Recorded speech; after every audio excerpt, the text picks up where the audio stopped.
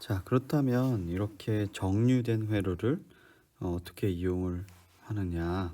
어떻게 어, 자, 정류가 지금 앞서서 반파 정류와 전파 정류를 했어요. 그렇죠? 그러면 반파 정류는 음, 이렇게 반파 정류는 이렇게 된 거죠. 이렇게. 그렇죠? 예. 반파 정류는 어차피 요 음의 영역이 없어지고 양의 영역들만 남은 거니까. 그렇죠? 그리고 전파는 저 음의 영역도 같이 이렇게 접어 올려진 거니까 이렇게 정리가 됐었어요. 그렇지만 이게 직류는 아니잖아요. 그렇죠? 네.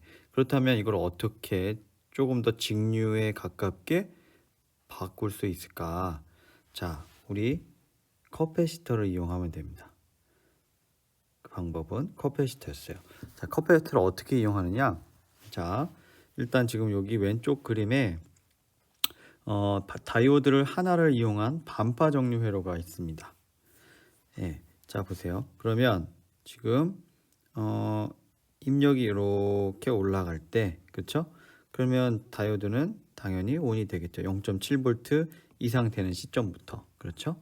그러면 온이 되니까 전류 저항에 이렇게 흘러서 똑같이 아웃풋이 이렇게 나올 거예요, 그렇죠? 자, 그런데 그 회로 원래 우리 반파 정류 회로가 어떤 거였죠? 반파 정류 회로는 요거였잖아요. 그쵸? 예. 다이오드가 하나가 있는 그런 경우에 반파 정류가 됐단 말이죠. 그쵸? 그러면 그 반파 정류 회로, 요 회로에다가 커패시터를 하나 이렇게 달아줍니다. 그러면 자, 이렇게 딱 온이 된 순간 전류가 이쪽으로 넘어가지 않고 어디로 가냐면 전류가 커패시터로 흘러요. 왜냐하면 이쪽은 저항이고 여기는 커패시터니까 바로 충전이 되잖아요. 그렇죠? 그러니까 저항보다 이쪽으로 가기 쉬우니까 이쪽으로 흘러서 이렇게 갑니다. 그리고 커패시터가 완전히 충전이 되면 그때 비로소 이렇게 가요. 그런데 그 시점에서 보면 자, 다시 여기를 지우고 해보겠습니다. 자, 교류가 이렇게 들어왔을 때 요 가는 순간 커패시터가 이렇게 충전이 돼요. 그리고 교류가 이렇게 떨어져서 다시 가기 전에 떨어질 때쯤 되면 자, 커패시터에 충전된 전압은 아마 요만큼일 거예요.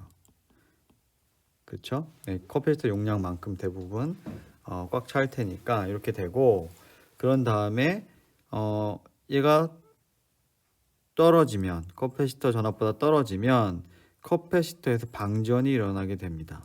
이런 식으로. 그럼 전류가 이렇게 흘러가겠죠. 그렇죠? 그러면 자, 첫 번째 요 그림을 볼게요. 첫 번째 그림에서 보면 입력 전압이 올라가면서 충전식으로 같이 올라갔다가 떨어지기 시작할 때 커패시터에서 방전이 시작되니까 커패시터에서 쭉 떨어지지 않고 커패시터에서 방전하는 만큼 천천히 떨어지는 거죠. 그러다가 다시 커패시터보다 커지는 순간, 전압이 커지는 순간에 그 순간이 오면 커패시터 다시 충전이 돼요. 그렇죠? 그러면 커패시터 충전이 되고 다시 끝까지 올라갈 때까지 아웃풋이 이렇게 올라가게 됩니다. 예. 커패시터보다 입력 전압이 높으니까 입력 전압이 쭉 나가는 거죠. 그러다가 다시 커패시터 전압보다 떨어지게 되면 이렇게 다시 떨어져요. 그러다가 다음 턴에서 또 입력 전압을 만나서 또 올라가게 돼요. 이런 과정이 반복이 돼요. 이렇게. 네. 그러면 이 파란 것만 보면 반파일 때보다는 어떻게 됐어요? 직류에 가까워졌죠. 밑에까지 떨어지는 게 없잖아요. 그쵸? 예. 반파에 이렇게 올라와서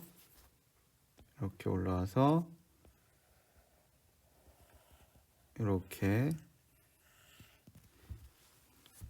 전하의 파형이 바뀌게 됩니다.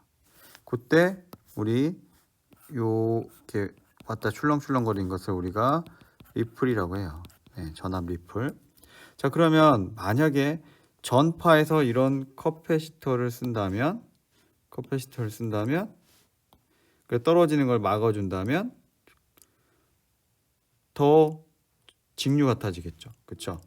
그래서 브릿지 다이오드, 자 지금 요 그림을 보면 여기에 커패시터를 달아줘요. 그러면 지금 우리가 확인했던 이 전파 종류의 평활 회로가 반파죠. 여기 지금 제가 여기 반파죠. 반파 종류의 평활 회로가 전파에서도 일어납니다. 그래서 이렇게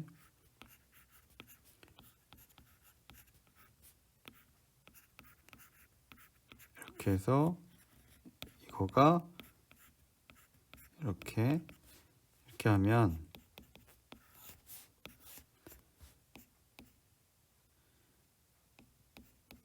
이렇게 되면 여기 변압기지만 제가 전원으로 표현했어요.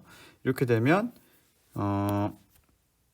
마찬가지로 올라왔다가 떨어지고 바로 또 떨어지고 바로 올라왔다가 이렇게 되는 거예요. 그러면 결과적으로 직류보다는 훨씬 더 떨어지는 양이 작죠. 그렇죠? 요만큼에서도 여기서 올라오니까 오히려 그렇죠. 그래서 전파 회로는 반파 회로에 비해 반파 정류 회로에 비해서 평활 회로의 그 리플이 훨씬 더 작아요. 네. 그래서 이렇게 하면 전파는 조금 더 직류에 가까운 전압 출력 전압으로 바뀌게 된다라는 것이죠. 이것을 우리가 평활 회로라고 하고 그때 우리는 이 커패시터를 이용을 하게 됩니다. 네. 지금 뭐 제너 다이오드인데 이건 좀 뒤에 이게 슬라이드가 좀 바뀐 것 같아요. 일단 뒤로 갔다가 다이오드 마저 하고 다시 오겠습니다. 네. 자, 그래서 이런 것들을 보통 이제 이게 이제 보통 정류회로 다이오드를 이용한 정류회로예요. 자, 그런 우리 소자들이 실제로 있습니다. 지금 우리가 한 다이오드가 몇 개가 들어가고 뭐 이런 것들이 결과적으로는 이런 회로 하나로 되는데요. 지금 보면 여기에서 변압기를 통해서 전파로 바뀌었고요. 그쵸? 또 커패시터를 통해서 평활 회로를 됐고 다시 조금 더 세밀한 커패시터를 통해서 완전히 직류를 만들어줬죠. 그쵸? 예. 그리고 거기에서 이 7805라는 거는 자, 내가 원하는 전압으로 바꿔주는 거예요. 거기서 또 다시 7805는 뒤에가 5잖아요. 얘는 아웃풋이 5V예요. 만약에 7808이다 그러면 얘는 아웃풋이 8V고요. 7812다 그러면 아웃풋이 12V인 레귤레이터입니다. 네. 그래서 어쨌든 간에 그렇게 평활 회로를 통해서 직류가 만들어지면 그것을 가지고 우리는 또다시 우리가 원하는 전압으로 낮춰서 사용을 하게 돼요. 그게 이제 레귤레이터라고 하는데 이런데 이제 사용이 되게 됩니다. 이 레귤레이터는 뭐 간단한 칩 하나지만 내부에 보면 뭐 여러 가지 반도체 회로들로 이루어져 있어요. 이런 것들 여러분들 지금 여기 보면 뭐 이런 것도 있고 다이오드 같은 것도 있고 이런 것들이 있죠. 이런 것들 다 전자회로에서 배우게 될 것입니다. 그래서 이런 다이오드를 이용해서 교류신호의 교류신호를 직류로 변환하는 것에 대해서 이런 소자들을 이용하고요. 그것이 전자회로 1장, 2장에서 배우는 주된 내용이 되겠습니다. 그래서 여러분들은 이 다이오드가 그 반도체가 어떻게 만들어지고 어떤 원리를 이용해서 만들어지고 어떻게 작동을 하는지 전자회로 1장에서 배우게 되고요. 그걸 가지고 어떤 어떤 반도체를 만들어내고 또 그 반도체가 어떻게 쓰이는지를 전류 교류신호의 직류 변환 장치를 에너지를 하나의 주제로 잡고 그 하나의 흐름을 가져가면서 반도체에 대해서 기본 개념을 익히게 됩니다. 네, 그것에 어떻게 보면 가장 간단한 내용들만을 요약해서 지금 말씀을 드렸고요. 우리 공부를 해봤고요. 이 내용들이 조금 더 사실은 실제 전자회로에 들어가면 굉장히 복잡한 수식들이 많이 나와요. 그렇지만 수식들은 다 걷어내고 지금 개념적인 것만 제가 우리 5장 세미컨덕터 반도체에서 설명을 드렸습니다. 네, 여러분들 이걸 가지고 뭐 뒤에 그렇다고 지금 반도체가 끝난 건 아닙니다. 그렇지만 이걸 기반으로 해서 여러분들 2학년 전자회로에 들어가면 그 반도체에 대해서 조금 더 자세히 배우는데 도움이 됐으면 하는 바람입니다. 자, 그 다음은 이제 제너 다이오드예요. 제너 다이오드는 다이오드의 조금 다른 형태입니다. 그래서 이것도 한번 살펴보도록 할게요. 자, 우리 그동안은 그냥 다이오드였어요. 다이오드는 P형 반도체와 N형 반도체 두 개를 붙여 놓음으로써 그 안에 공핍 영역을 만들어주고 그 공핍 영역을 넘어서 전자가 흘러감으로써 전류를 흘려지는데 그것을 외부에서 에너지를 인가해서 스위칭 역할을 하는 것이 기본 다이오드였습니다. 자, 그래서 다이오드가 작동하게 하려면 우리는 에너지를 어떤 형태로 주었죠? 순방향 바이어스라는 형태로 에너지를 인가했습니다. 그래서 실리콘 반도체의 경우에는 0.7V를 순방향 바이어스로 인가한다면 다이오드가 ON이 돼서 스위칭 역할을 하게 되는 것이죠. 그렇지만 애노드 쪽에 캐소드 쪽에 플러스 전압이 걸리는 역방향 바이어스가 걸린다면 그 다이오드는 작동하지 않았습니다. 그리고 역방향 바이어스, 우리 다이오드 특성 목선에 보면 역방향 바이어스가 크게 걸리면 결과적으로 전류가 확 흐르는데 그것은 다이오드가 고장났다 라고 우리가 볼 수 있다 라고 했죠. 그렇죠? 그런데 제너 다이오드라고 하는 소자가 있습니다. 우리는 일반적으로 다이오드는 순방향 바이어스를 걸어서 스위칭 소자로 우리가 사용했지만 제너 다이오드는 역방향을 의도적으로 만들어서 동작하도록 설계가 된 다이오드를 우리가 제너 다이오드라고 합니다. 네, 그래서 제너 다이오드는 자, 알파벳에서 보는 것처럼 이름에서 보는 것 Z가 들어가죠. Z가 들어가는데 이 G에 우리 기본 다이오드 심볼은 이렇게 돼 있죠. 그렇죠? 이렇게 돼 있습니다.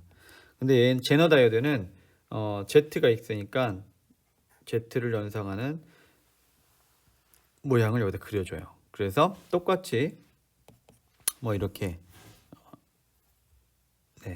이렇게 해서 다이오드를 심볼을 나타내고요. 다이오드는 이 제너 다이오드는 특성 곡선은 형태는 PN 접합 다이오드와 비슷합니다. 비슷해요. 그렇지만 이용하는 영역이 달라요. 그렇지만 포워드 바이어스가 걸렸을 때 동작을 안 하는 건 아니에요. 똑같이 그 포워드 바이어스 전압 0.7 혹은 0.5V, 0.3V가 인가되면 똑같이 스위칭 작용을 해요. 그렇지만 우리가 제너 다이오드를 이용하는 영역은 역방향 영역입니다. 이렇게. 자, 제너 다이오드는요. 그 PN 정션 다이오드는 결과적으로 우리가 어떻게 사용을 했냐면 0.3V에서 0.7V라는 포워드 바이어스 전압, 다이오드 전압을 이용해서 전류를 흘려주느냐 흘려주지 않느냐 이것을 이용을 했잖아요. 그렇죠? 근데 제너 다이오드는요. 거꾸로 전류를 흘려주었을 때 제너 전압이 발생하느냐 하지 않느냐 이것을 이용해요. 자, 그것에 대해서 조금 더 살펴보도록 하겠습니다. 슬라이드가 뒤집혀가지고 조금 뒤로 넘어갈게요. 자, 제너 다이오드는 역방향 항복 영역에서 동작하도록 설계가 되었다. 그러니까 의도적으로 역방향의 전압을 항복 영역, 즉 역방향 영역에서 작동하도록 설계된 거예요. 그렇게 만든 거예요. 그렇게 해서 우리는 역방향에서 이 제너 다이오드의 성질을 이용하는 겁니다. 자, 이것은 이제 불순물 도핑 준위에 의해서 항복 전압이 적절히 조절된다. 자, 항복 전압이란 거는 여기 역방향에서 전류가 막 흘러가기 시작하는 점을 우리가 항복 전압이라고 합니다. PN 적합 다이오드에서 항복 전압이라는 얘기는 뭘까요? 역방향 전압이 걸려서 역으로 전류가 확 흐르기 전이니까 항복 전압까지는 PN 적합 다이오드는 사용이 가능하다. 부서지기 직전이다 라고 이해할 수 있죠. 그렇죠? 그렇지만 제너 다이오드는 항복 전압을 우리가 의도적으로 조절해서 뭐 여기다가 놓을 수도 있고요. 여기다가 놓을 수도 있고 더 여기다가 놓을 수도 있겠죠. 이렇게 만드는 거예요. 항복 전압의 위치를. 그래서 그 제너 다이오드를 우리가 이용을 하는 겁니다. 자,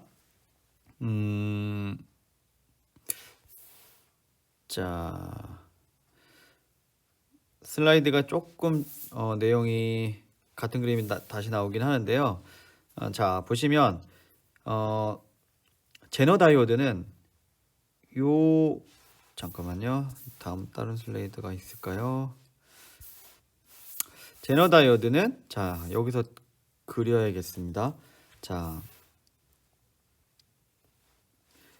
제너 다이오드는 이 항복 역전류가 흐르게 만들어서 자, 보시면 자, 전류가 이만큼 변했어요.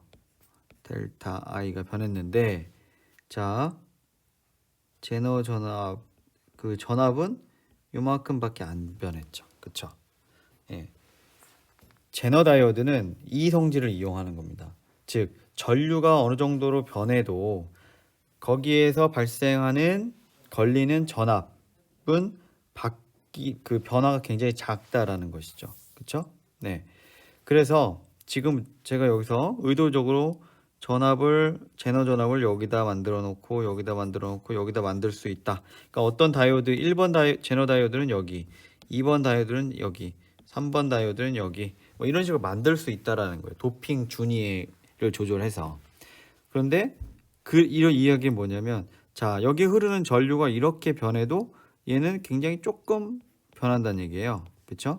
그러면 제너 다이오드를 쓰면 어떤 전류를 역전압을 이렇게 흐르도록 회로를 설계하면 전류가 어느 정도 변해도 항상 비슷한 전압을 내겠구나, 인가가 되는구나 라는 것을 알 수가 있어요. 즉 제너 다이오드는 정전압, 즉 전압이 항상 일정하도록 나오게 하는 그런 역할을 하는데 사용이 됩니다. 자, 요걸 먼저 볼게요. 자, 제너 다이오드의 특성 그래프예요. 자, 보시면 자, 포드도 작동해요. 분명히 다이오드이기 때문에 0.7V 걸리면 전류 흘러갑니다. 그렇지만 우리가 더 관심이 있는 영역은 이 영역이에요. 역방향 영역. 자, 역방향 영역에서는 전류가 처음에는 조금 흐르다가 어느 정도 전류가 커지면 전류가 확 흐르기 시작해요. 자, 그때 요 꺾이는 점을 우리가 제너 무릎 전류라고 해요. 예, 무릎처럼 이렇게 꺾어지는 부분. 그리고 쭉 가다가 제너 전류가 그러니까 우리가 사용할 수 있는 최대 전류가 있어요. 거기를 제너 최대 전류라고 하고요. 그 사이의 전류들을 제너 시험 전류라고 합니다. 그러면 예를 들면 여기가 뭐 0.1A다. 그리고 제너 맥시멈이 0.8A다. 그러면 0.11부터 뭐 0.79A까지는 우리가 이 제너 다이오드를 사용할 수 있는 전류의 범위가 되는 거예요. 그쵸? 자, 그런데 지금 여기를 보면 제너 전류는 요렇게 변했어요. 그쵸? 그런데 이만큼이나 변했는데 제너 전압은 요만큼 변했습니다. 예, 요만큼. 제너 전압의 변화의 폭이 굉장히 작아요. 그래서 우리가 전류가 이렇게 변할 때 얘는 요만큼 변한다는 거죠. 그러니까 전류 제너 다이오드가 이렇게 걸렸을 때 여기에 걸려 있는 전압이 항상 일정하다. 얼마만큼? VG만큼. 항상 일정하다라는 것이죠. 예. 그러면 우리가 어떤 회로를 만들어서 여기에 정전압이 걸리게 만들어 주려면 제너 다이오드를 쓰면 되는 것이죠. 네. 자, 그래서 그때 그 제너 항목을 애벌런치 항목이라고 해요. 애벌런치 브레이크다운. 아주 높은 역전압을 인가해서 발생하는 전압. 대부분 0.5V 이상입니다. 그리고 5V보다 낮은 전압에서 항복이 일어나는 것을 제너 항복이라고 해요. 그러니까 둘 다 어떤 제너 다이오드는 애벌런치 항복, 5V 이상의 역전압에서 작동을 하는 제너 다이오드가 있고요. 5V 이하에서 작동하는 제너 다이오드가 있는데 5V 이상에서 작동하는 그때의 제너 항복 성질은 애벌런치 항복이라고 우리가 부르고요. 5V 이하에서 발생하는 그 항복을 제너 항복이라고 불러요. 그렇지만 둘 다 똑같은 제너 다이오드의 성질이다. 어떤 거는 역전압이 높게 걸려야 작동을 하고 어떤 것은 역전압이 좀 작게 걸려도 작동을 하는데 그 종류를 우리가 애벌런치 항복, 제너 항복이라고 부른다라고 여러분들 이해하시면 되겠습니다. 그래서 이것을 결정하는 거는 아까도 이야기했지만 불순물을 도핑을 어떻게 하느냐, 농도를 어떻게 하느냐에 따라서 그것으로 우리가 애벌런치 항복을 이용한 제너 다이오드를 만드느냐 아니면 제너 항복을 이용한 제너 다이오드를 만드느냐로 이제 갈린다라는 거예요. 이것은 어떻게 보면 제너 다이오드의 제조 방법 혹은 작동 그 원리랑 관련이 되어 있는 겁니다. 그래서 여러분들은 어쨌든 이 용어에 대해서 의미에 대해서 좀 알아두시면 될 것 같아요. 자, 그래서 제너 다이오드는 흘러주는 전류의 변화를 이용해서 정전압을 출력하도록 만든 그런 회로에 주로 사용이 된다라는 것을 우리가 알 수 있습니다. 그리고 아까 보니까 레귤레이터 기억나세요? 여기서 보면 다이오드가 지금 제너 다이오드죠. 그렇죠? 왜? 얘는 레귤레이터, 즉 정전압을 내줘야 되기 때문에 이런 제너 다이오드가 사용이 됩니다. 여기 보면 지금 여러분들 여기는 트랜지스터. 자, 트랜지스터는 다리가 3개예요. 왜냐하면 다이오드가 반도체가 3개가 3개로 구성되었기 때문입니다. 그래서 예를 들면 PNP 트랜지스터가 있고요. NPN 트랜지스터가 있어요. P형, N형, P형을 붙여놓은 거예요. 순서대로 이렇게 PNP 혹은 NPN으로 붙여놓은 게 이제 트랜지스터예요. 그래서 그런 종류 지금 트랜지스터도 있고 제너 다이오드 있고 그다음 저항들 같은 것도 있고 커패시터도 있고 이런 것들이 모여서 이제 7805라는 소재를 만들어내는데 여기에 정전압 출력기로 제너 다이오드가 쓰였네요. 자, 다시 제너 다이오드로 돌아와서 그렇다면 이런 성질을 우리가 앞에서 봤던 PN 접합 다이오드와는 다른 거꾸로의 성질을 이용하는 이 제너 다이오드는 똑같은 형태의 특성 곡선을 가지고 있어요. 그렇죠? 그럼 두 개가 보이는 형태는 비슷해요. 그렇지만 실제 두 개를 직접 비교를 한다면 어떤 차이가 있느냐? 자, 빨간색이 제너 다이오드고요. 파란색이 일반 PN 접합 다이오드예요. 이렇게 보시면 자, 순방향에서 걸리는 다이오드의 특성은 비슷합니다. 언제 0.3에서 0.7V 다이오드의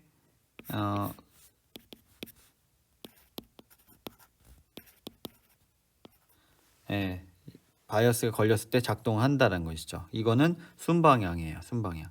그런데 자, 역방향 전류가 걸렸을 때는 일반 다이오드 같은 경우에 보통 한 50V 뭐 이렇게 걸리면, 그렇지만 제너 다이오드의 제너 전압은 일반 다이오드에 비해서 상당히 작아요. 그쵸? 네. 왜냐하면 우리는 이런 전압들을 이용을 하는 것이거든요. 그런데 이 제너 전압은 정해져 있지는 않아요. 이렇게 고정적이지는 않습니다. 어떤 제너 다이오드는 여기쯤에 제너 전압이 설정이 되어 있고요. 어떤 다이오드는 뭐 여기에 이렇게 설정되어 있을 수도 있고 여기에 설정되어 있을 수도 있습니다. 네. 그것은 이제 그렇지만 뭐 공통적으로 큰 범위에서 보면 일반 다이오드의 항복 전압에 비해서는 굉장히 좀 더 작은 항복 전압을 갖고 있다라는 것이죠. 네. 여러분들 제너 다이오드와 일반 다이오드를 비교하라 그러면 뭐 이 그래프 하나는 그릴 수 있어야 됩니다. 이렇게. 네. 다이오드 두 개. 그래서 일반 다이오드는 훨씬 더 항복 전압이 크다. 그러니까 어느 정도까지는 거꾸로 역전압이 걸려도 일반 다이오드 고장 나지 않는다는 얘기죠. 네. 그래서 어쨌든 뭐 이 두 개를 직접 비교하면 이렇게 동작 영역이 다르다라는 것을 우리가 알 수 있다라는 것입니다. 자, 그래서 제너 다이오드는요, 지금 말씀드린 것과 같이 역방향 전류를 이용하고요, 역방향 바이어스 영역을 이용을 하고요, 역방향 전류 값이 변해도 거의 일정한 전압을 유지한다. 그래서 정전압 조정기로 동작하거나 우리가 사용하고요, 무릎 전류와 최대 전류 사이에서 그 사이에서 제너 다이오드 양변 전압이 유지된다 라는 것이죠. 이렇게 기억을 해두시면 될 것 같습니다. 다음은 트랜지스터인데요. 트랜지스터는 조금 전에 레귤레이터 설명할 때 잠깐 언급한 것처럼 반도체를 P형 반도체와 N형 반도체가 있는데 그 반도체를 3개를 연결해 놓은 것을 우리가 트랜지스터라고 합니다. 자, 그래서 트랜지스터는 그 PN 접합 다이오드의 성질을 그대로 갖고 있어요.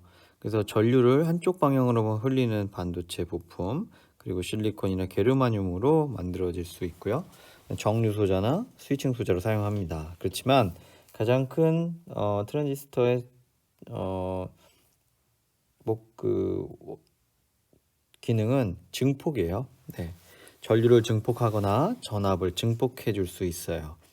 자, 그러면 이 트랜지스터가 어떻게 만들어졌는지, 어떻게 작동하는지 간단하게 배워보도록 하고요.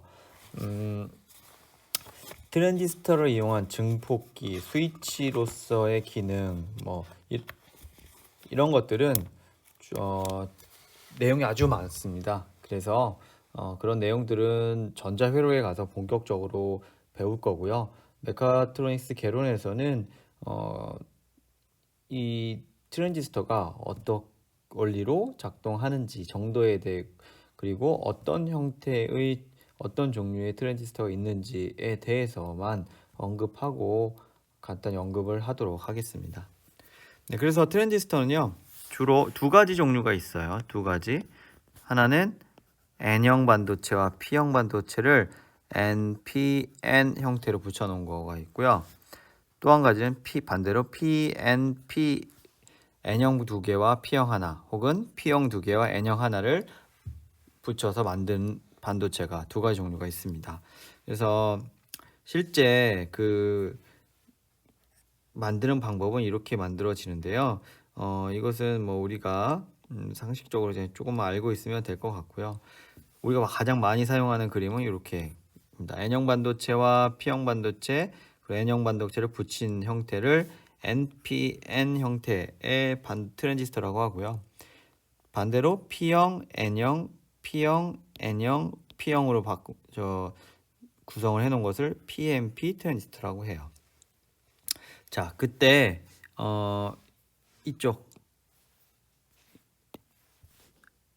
이쪽을 컬렉터, 가운데를 베이스, 그리고 나머지 한쪽을 에미터라고 해요. 자, 컬렉터는 모으는 쪽이죠. 예, 그래서 전류가 들어오는 쪽. 보통 컬렉터를 통해서 전류가 들어오게 됩니다. 이렇게. 예. 그리고 에미터를 통해서 전류가 나가게 돼요. 그럼 베이스는 무엇이냐? 베이스 쪽에도 전류가 들어와요. PNP도 마찬가지고요. 그런데 이 베이스가 뭐를 하는 것이냐면 이 트랜지스터를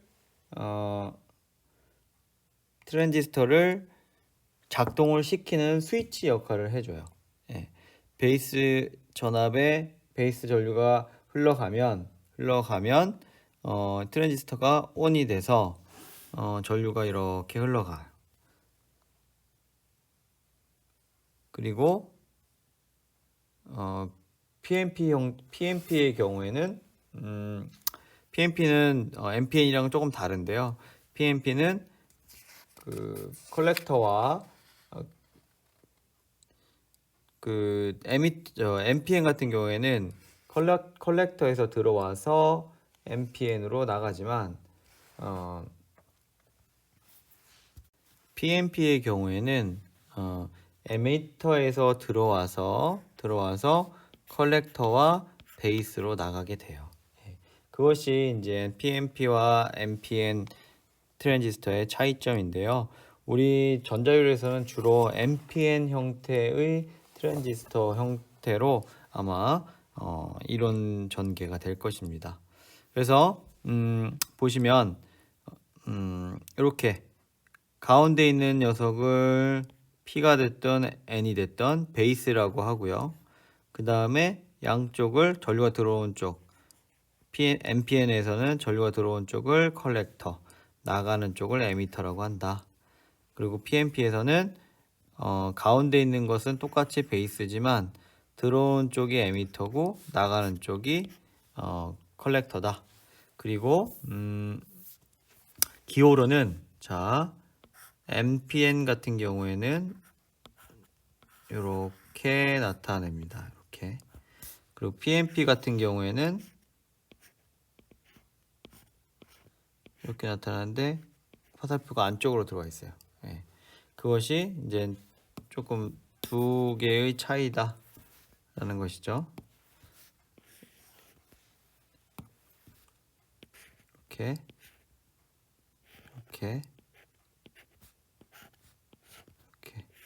네. NPN은 반대고요. 예.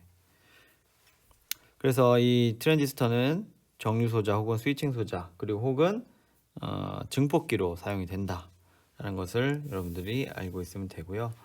자, NPN 그 트랜지스터는 P형 반도체와 N형 반도체를 붙여놨다고 했어요. 그렇죠?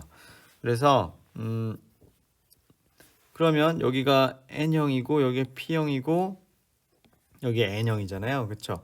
N형은 전자가 많은 거고요. P형은 전공이 많은 거고요. 그렇죠?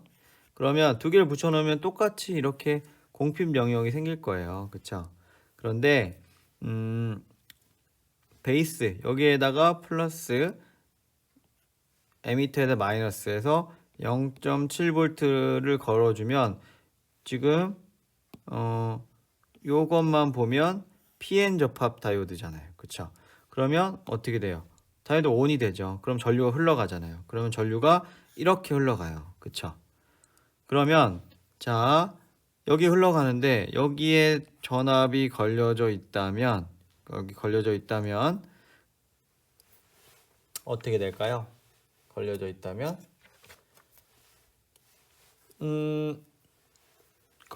즉 이렇게 걸려져 있다는 얘기는 여기에 지금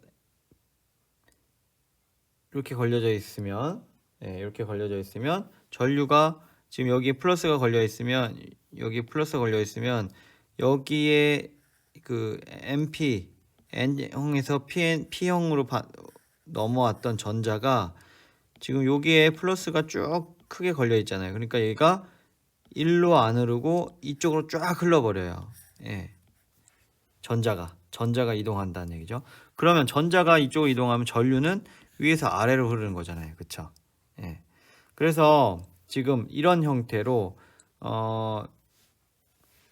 여기가 컬렉터고 여기가 에미터고 여기가 베이스인데 베이스와 에미터 사이 0.7V의 전이차가 걸리고 그 다음에 컬렉터에 전압이 걸리면 전류가 컬렉터에서 어디로? 에미터로 흐르게 된다 라는 거예요. 자, 그런데 그러면 PN이니까 여기 PN 이렇게는 안 흘러요. 조금 흐르죠. 그렇지만 많은 대부분의 전자들이 컬렉터 쪽으로 이동합니다. 왜냐하면 여기가 P형 반도체의 크기가 굉장히 작아서 건너뛰기가 쉽거든요. 그래서 이렇게 전류가 흘러가게 돼요. 이것이 이제 기본적인 그 BJT 이런 형태의 NPN이나 PNP의 반도체를 우리가 BJT 바이폴라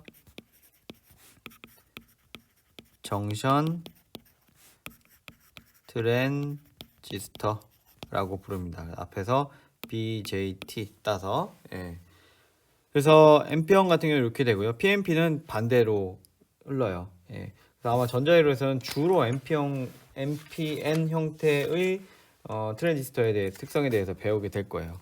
그래서 이 트랜지스터는 굉장히 이게 내용이 방대해서 여기 뭐 1시간 정도 동안 이렇게 몇 시간 동안 다룰 수는 없고요. 가장 기본적으로 동작이 어떻게 되는지 BJT는 어떤 형태의 반도체를 BJT 트랜지스터라고 하는지에 대해서만 살짝 언급하고 넘어가도록 하겠습니다.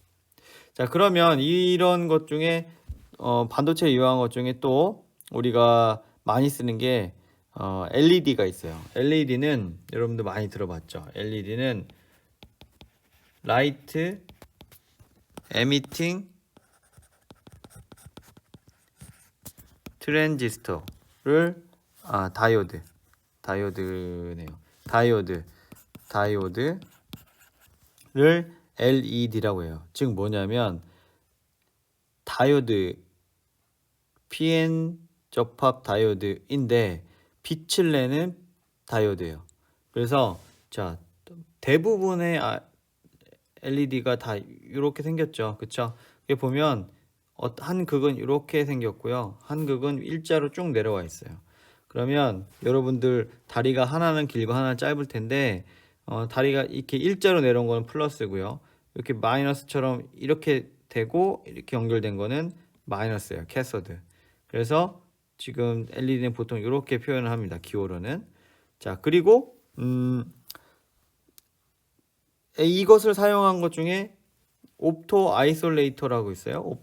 이건 뭐냐면 우리 변압기가 이렇게 있으면 자, 입력 측과 출력 측의 회로를 전기적으로 분리해 놓은 거잖아요. 그쵸? 자, 옵토 아이솔레이터는 마찬가지로 입력 측 이쪽과 이쪽의 회로를 광학으로 분리해 놓은 거, 연결해 준 거. 분리된 회로를 광학으로 연결해 주는 것을 옵토 아이솔레이터라고 하고요. 이것은 이렇게 발광 LED, 발광 다이오드가 이런 트랜지스터 수신부에 랑 연결돼요. 어떻게? 빛으로. 근데 트랜지스터는 원래는 어떻게 생겼습니까? 이렇게 해서 여기 베이스에 전류를 에미터 사이에 전압을 0.7V 이상 넣어주면 얘가 이렇게 흘러간다고 했잖아요. 그쵸? 그러면 그 베이스를 뭘로 하느냐? 빛으로 주는 거예요. 전류를. 포토 아이솔레이터 같은 경우에는. 네. 그래서 여기에 빛으로 플러스와 마이너스를 걸어주는 거죠. 그러면 여기에 이렇게 흐르는 거죠. 그래서 우리가 예를 들면 이런 거 있죠. 어떤 물체가 가까이 왔는지 아니면 통과를 했는지 이런 거, 이런 센서가 있고 여기 센서가 있어요. 그런데 이렇게 있는데 혹은 뭐 간단하게 이렇게 하나가 있는 게 있어요. 그리고 어떻게 됐냐면 발광 다이오드가 이쪽에 있고요. 수광부가 이쪽에 있어요. 그러면 얘가 계속 이렇게 빛을 쏘고 있는데 이쪽은 같은 방향을 보고 있으니까 이 빛이 안 들어오잖아요. 그쵸? 그러면 여기가 수광부, 여기 발광부면 여기도 물체가 탁 나타났어요. 그러면 여기에 맞고 빛이 이렇게 들어가겠죠? 그러면 그 빛이 들어왔으면 요쪽에 있는 회로가 작동하는 거예요. 그러면 뭐예요? 물체가 왔을 때만 작동하는 거죠. 검출회로. 어떤 앞에 물체가 있는지 없는지 검출하는 회로 같은 것들이 이런 발광부와 수광부로 이루어진 회로로 우리가 만들 수가 있는 것이죠. 그리고 이런 것들을 이용한 게 뭐 엔코더 같은 게 있어요. 엔코더는 얘가 회전을 정방향으로 한 역방향으로 하는지 혹은 얼마나 움직였는지를 우리가 알 수가 있는 검출해내는 회로를 엔코더라고 하는데요. 장치를 엔코더 같은 경우에 엔코더라고 합니다. 엔코더. 네. 그러면 자, 여기서 빛이 이렇게 나오고 있어요. 그런데 어디는 구멍이 뚫렸고 어디는 안 뚫렸네요. 그렇죠? 그러면 구멍이 뚫린 데는 빛이 얘가 받아들일 수 있고 아닌 데는 안 들어올 거잖아요. 그렇죠? 그러면 그 이쪽에서의 신호는 켜졌다가 꺼졌다가 이렇게 될 거죠. 그렇죠? 그럼 우리가 이 펄스를 세면 만약에 얘가 10도 간격으로 됐다. 그럼 한 바퀴 돌면 36번 펄스가 튀어야 되겠죠. 그렇죠? 네. 한 바퀴는 360도니까. 그러면 요 펄스의 개수를 가지고 이게 몇 도쯤 회전했는지 이런 것들을 알 수가 있다라는 것이죠. 그리고 사이사이에 이렇게 구멍을 또 뚫어 놓으면 두 개, 여기서도 이렇게 나올 거 아니에요. 그러면 두 개의 시간차를 가지고 얘가 정방향으로 도는지 아니면 역방향으로 도는지를 알 수가 있는 거죠. 그렇죠? 네. 이런 것들을 우리가 엔코더 혹은 뭐 옵토 아이솔레이터라고 부릅니다. 예, 그래서 솔직히 이제 반도체 영역은 전자회로에서 거의 3분의 2 정도를 에 해당하는 내용이에요.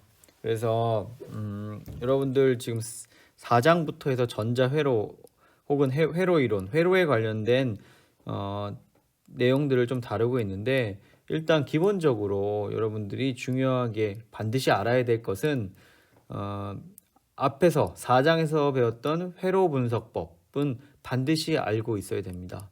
그것을 기반으로 해서 전자회로 때 다이오드 그리고 트랜지스터의 스위칭 그리고 증폭에 대한 것들을 회로 분석을 할 수가 있어요. 그래서 여러분들 5장에서 지금 메카게론 5장에서 반도체 이론에 대해서 아주 간략하게 개념적으로 배웠지만 그것도 중요해요. 그리고 4장에서 배웠던 그 회로 분석법이 굉장히 중요하니까 그것을 숙지할 수 있도록 하기 바랍니다. 그래서 5장은 여기까지 해서 가장 기본적으로 여러분들 다이오드, 반도체의 작동 원리와 그 다음에 그 만들어진 원리 그리고 그것을 이용한 pn 접합 다이오드, 그리고 그것을 통해서 우리가 할 수 있는 정류작용까지 해서 살펴봤고요. 그리고 그것을 또 확장해서 트랜지스터로 만들었을 때 그것이 어떻게 움직이는지에 대해서 살펴봤습니다. 이것을 기반으로 여러분들 전자회로에 들어가서는 조금 더 수월하게 초반부를 팔로우할 수 있기를 바라겠습니다.